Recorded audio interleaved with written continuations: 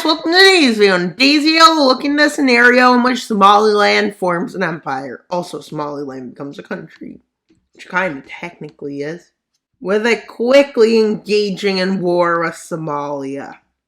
Why would it engage a war in Somalia? Because there's no way Somalia is fighting back. Because like 100 million different groups, with the Somali government having little to no control over most of it. With them having managed to do this, many people are surprised, and many people are going to say this is impossible in the comments section, but yeah, they're probably right. With the Somalia agreeing to peace, in which they recognize Somaliland. It itself greatly. An incident happens on the Djibouti border where Eritrean troop is shot. No, not Eritrean. A Somaliland force is shot. So Somalia, a few days later, orders an invasion and takeover of the small nation. This is becoming more and more like the Djibouti Empire, I just realized. Although, trust me, it's different.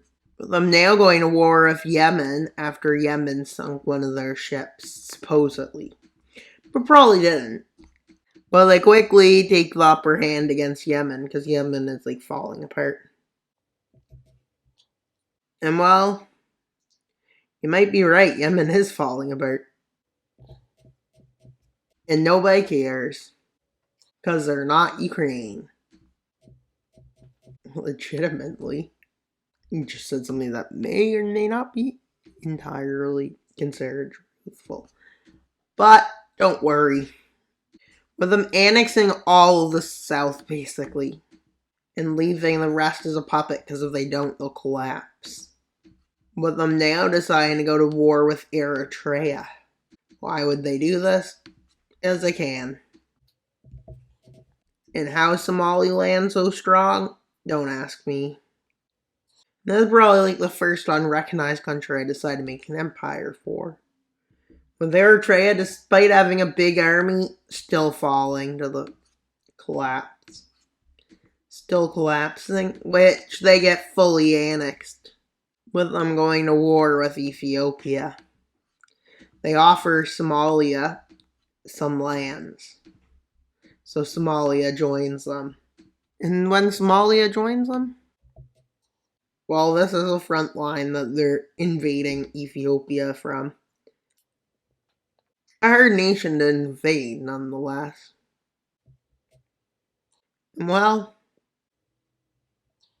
the war ends up doing this. Moving forwards on all fronts.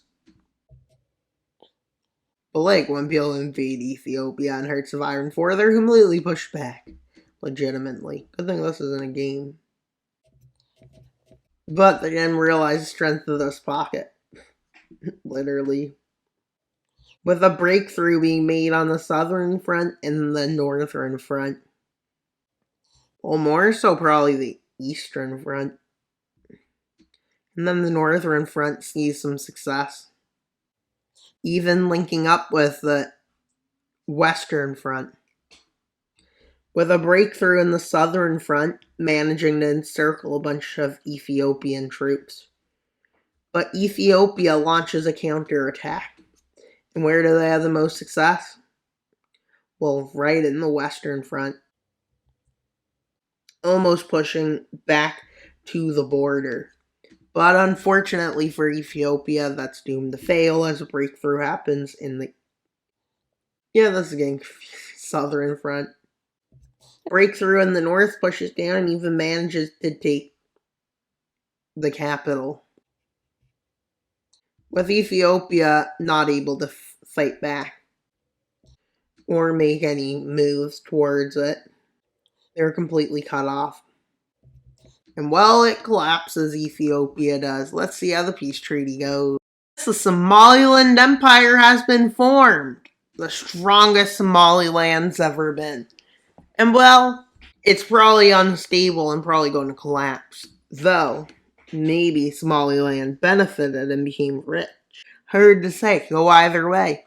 And that's all for today's video. Please like and subscribe. Why should you subscribe? So you can get 2,500 subscribers for our subscriber special.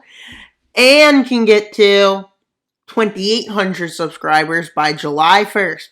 Bye guys, Wild Mapper out. But not until you subscribe.